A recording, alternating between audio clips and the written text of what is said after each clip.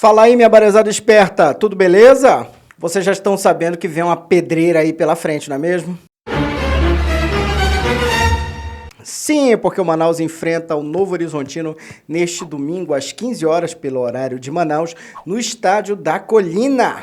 Exatamente, começamos a fase decisiva da competição e esse jogo é pelo grupo D. Lembrando que o Esmeraldino vai fazer 6 partidas nesta fase da competição. 3 jogos em casa e 3 jogos fora de casa. 3 aqui, 3 lá. E se você já achou difícil a primeira fase, galera, imagina o osso que vai ser esse quadrangular, hein? E por ter ficado na 4ª posição, o Manaus pegou um grupo muito casca-grossa. Para vocês terem uma ideia, né, o líder do grupo A, que foi o Paysandu, o mesmo grupo do Manaus, ele teve 30 pontos assinalados na primeira fase. Já no outro lado, no grupo B, o Novo Horizontino fez 39 pontos, 9 a mais que o Paysandu. Bom, agora nunca é demais lembrar, como eu mesmo já falei aqui no canal, primeira fase agora é coisa do passado. E nem sempre aquela equipe que arrebenta na primeira fase acaba conquistando o acesso. Que diga o Santa Cruz no ano passado, que fez 37 pontos na primeira fase e não conseguiu subir de divisão. Bom, agora é hora de falar um pouco desse nosso adversário, né? Afinal, quem é esse Novo Horizontino? Qual é o tamanho da bronca que o Manaus tem pela frente? Quem assistiu a Série D no ano passado já sabe que o Novo Horizontino andou dando problema por aqui, né? Exatamente porque o Fast Clube chegou no jogo do acesso contra um Novo Horizontino. E aí o Novo Horizontino foi lá e acabou conquistando a vaga em cima do rolo compressor, ou seja, uma equipe que vem de um acesso. E agora, já na primeira participação na Série C, os caras já chegam de novo também na fase decisiva aí para lutar por outro acesso consecutivo. Então eu tenho que dizer isso, pessoal, se tinha um adversário difícil para a gente enfrentar, esse adversário com certeza é o Tigre do Vale. Tigre do Vale é o apelido deles, tá? Pessoal, e assim como o Manaus, o Novo Horizontino também é uma equipe nova no futebol brasileiro. O Manaus surge em 2013 e o Novo Horizontino foi fundado em 2010. Ué, mas você deve estar perguntando, pô, mas eu já ouvia falar do Novo Horizontino bem antes e tal. Explico para vocês. Este time agora é o Grêmio Novo Horizontino. O time antigo da cidade era o Grêmio Esportivo Novo Horizontino, que é quase a mesma coisa, né? Pelo menos no nome. Só que o Grêmio Esportivo Novo Horizontino fechou as portas em 1999 por conta de dívidas, né? Os caras foram à falência. E depois da cidade ficar 11 anos sem futebol, fundaram aí o Grêmio Novo Horizontino ali, ressuscitaram o futebol na cidade. E em 2014, no ano em que o Manaus fez sua estreia na primeira divisão do Campeonato Amazonense, eles conquistaram ali o seu primeiro caneco, né? Que foi a Série A3 do Paulistão. Levando em consideração que eles levaram aí 4 anos para ganhar o primeiro título e o Manaus ganhou o primeiro título logo no ano de fundação, em 2013, quando ele conquista aí o título da segundinha do Campeonato Amazonense, dá para dizer que o Manaus aí, nesse quesito, já fez 1-0, né? Na questão, ganhou o título mais rápido, então 1-0 para o Manaus FC, chupa Novo Horizontino. E aí, voltando para a Série D do ano passado, né, o Novo Horizontino consegue passar pelo Fast Clube, conquista seu acesso, mas na hora da semifinal, né, eles acabaram caindo para o Floresta do Ceará. Então, 2-0 para o Manaus FC, porque o Manaus, quando sobe de divisão, quando ele vai para a fase decisiva da Série D, ele não só subiu de divisão, como ele conquistou vaga na final do campeonato e acabou aí sendo vice-campeão. Então, nesse aspecto aí, tá 2-0 para o Manaus FC na categoria, chegou nas finais, pelo menos. Chupa Novo Horizontino de novo. Bom, pessoal, agora tirando essas brincadeiras que a gente faz aqui, é bom ficar de olho realmente na equipe do Novo Horizontino, porque os caras vêm muito forte. E uma coisa importante da gente lembrar aqui é que a equipe conquistou esse ano o troféu de campeão do interior do Campeonato Paulista. Ou seja, os caras já têm título aí na temporada e eles fizeram o final com a Ponte Preta. Mas se bem que assim, né, fazer final com a Ponte Preta, né, é meio caminho para você ser campeão, porque você sabe que a Ponte Preta não ganha nada. Então agora vai um chupa a Ponte Preta. Bom, mas chega de falar de Novo Horizontino, vamos falar de Manaus FC. Eu quero perguntar do técnico Evaristo Pisa. Treinador, como é que vem o Manaus para essa fase decisiva? Empolgado, sabendo que a gente tem que fazer um grande jogo, tem que ter um nível de concentração muito elevado. Tem uma responsabilidade muito grande pelo fato desse jogo ser em casa e pelo fato de ser o Novo Horizontino o adversário de melhor campanha na competição, né? Então o nível de concentração ali aumenta, a busca de neutralizar os pontos fortes do adversário ela tem que ser grande e nós, diante disso, colocar também a nossa imposição dentro de casa. Uma equipe que ainda é invicta dentro dos nossos domínios e que tem esse jogo contra o Novo Horizontino para buscar voltar a vencer, né,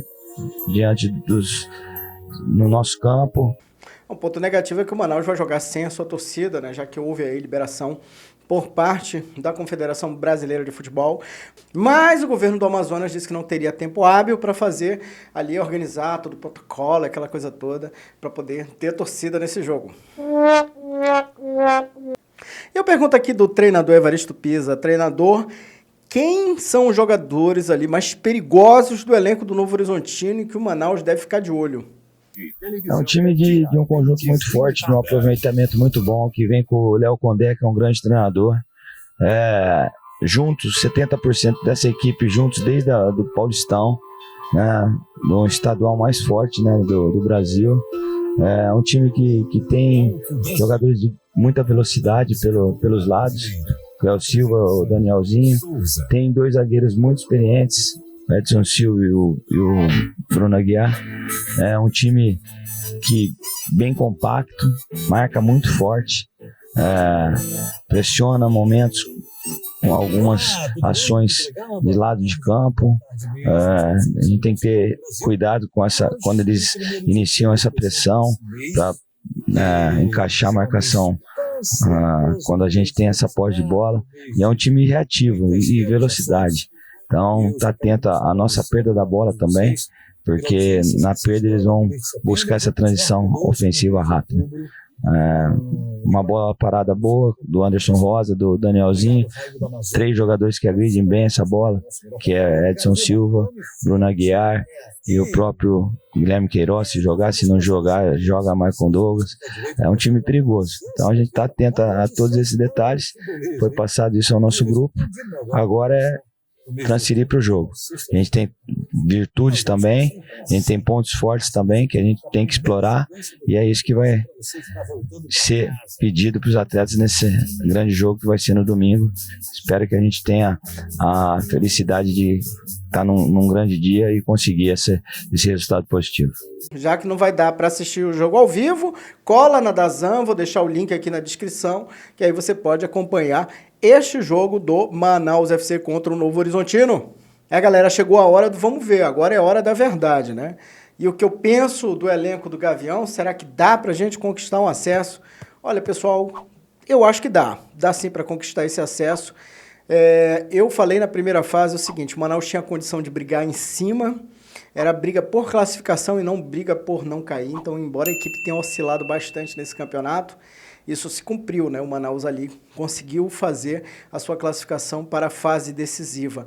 E agora é um outro momento, uma outra competição. Agora ressalto, para conseguir o acesso é a hora de colocar aquele algo a mais em campo. E o que eu estou falando desse algo a mais, pessoal? Nós temos ali algumas equipes sim melhores do que a outra, que as outras equipes, sim, temos isso. Só que é a hora do algo mais, é a hora da entrega, é a hora de colocar realmente tudo em campo.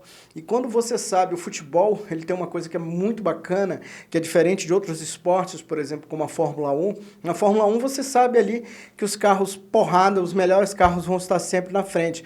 No futebol, isso não é uma obrigação. Às vezes você tem uma equipe aí, como o caso do Novo Horizontino, que fez uma pontuação absurda na primeira fase, mas é aquela coisa, jogar com inteligência, né? Jogar com muito foco, com muita concentração, não entrar em campo displicente, e aquelas coisas que eu falei no último vídeo, pessoal, é jogar como se você tivesse ali na última partida da sua vida, né?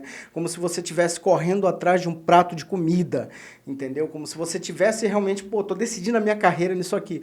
Que é uma coisa muito bacana, gente. Conquistar um acesso não é uma coisa boa só para o Manaus FC, para a cidade de Manaus, mas é uma coisa para o atleta, né?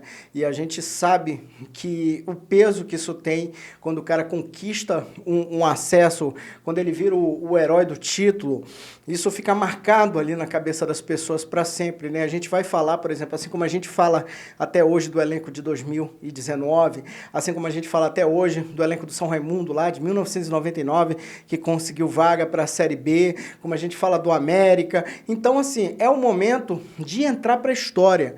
Então, cada um desses jogadores do Manaus tem que entrar com essa consciência de que eles estão ali por um clube, por uma cidade, mas também estão por suas carreiras, por suas histórias, né? Muitos ali, por exemplo, como o Guilherme Pira, um cara novo, né? Já tem condição aí de carimbar o nome na história do futebol amazonense. Nós temos outros jogadores ali um pouco mais veteranos, né? O Daniel Costa, a gente tem o Luiz Fernando. Então é hora, pessoal, de realmente ter essa consciência do tamanho da responsabilidade realmente que vem pela frente e ter essa consciência de que é hora de fazer história, é hora de entrar para a história do futebol, entrar para a história da nossa cidade e entrar para a história do clube, evidentemente.